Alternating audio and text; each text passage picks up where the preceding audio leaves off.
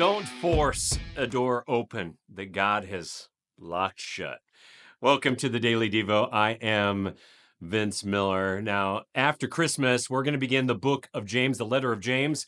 I want you to go to our website, grab the scripture journal for the letter of James. You're going to want that in your hands so that you can take notes. And man, this book is awesome. It is the perfect book to begin a new year. 5 weeks in the letter of James that will bless your life. But for right now, we're still in 1 Samuel.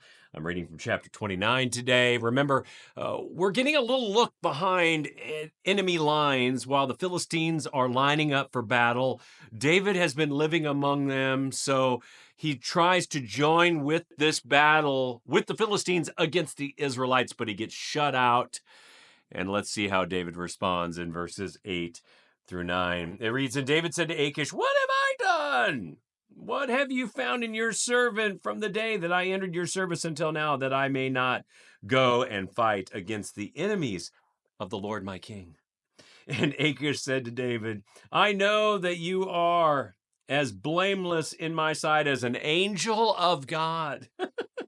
Nevertheless, the commanders of the Philistines have said, he shall not go up with us to the battle.'"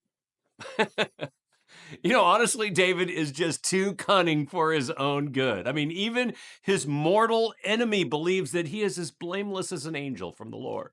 I mean, the swagger, the scheming, the strategy of this man were unmatched. I mean, absolutely unmatched. He managed to stay loyal to Saul and Achish at the same time while being surrounded by nothing but enemies.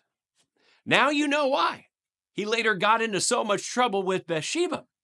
He was too cunning for his own good, but not clever enough ever to pull one over on God. I said this yesterday or maybe a couple of days ago. God had different plans for this particular battle.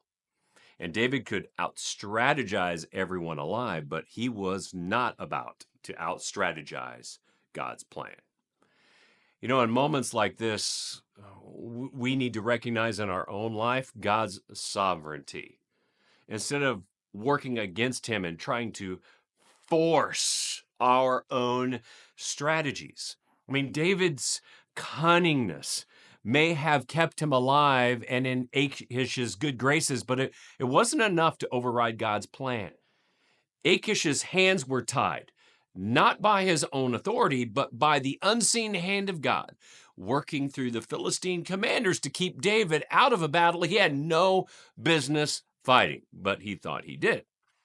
Sometimes God intervenes in ways we don't even expect, right? Or even understand, right?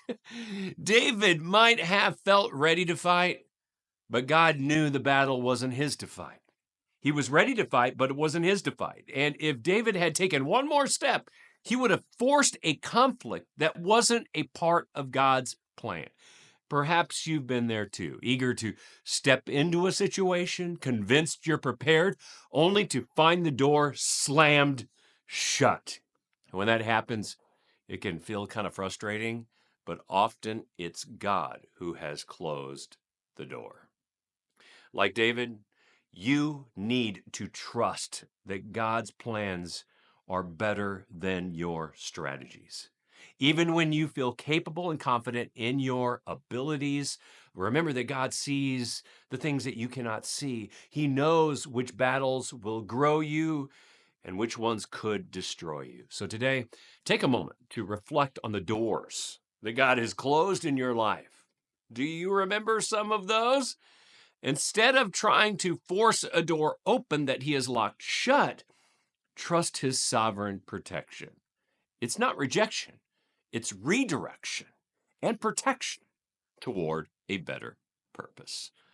I love you guys. I really pray this has blessed you today. Remember, go get your James Scripture Journal right now. Get it right now. I want you ready to go when we begin that book. And with that, live all in for him who lived all in for you.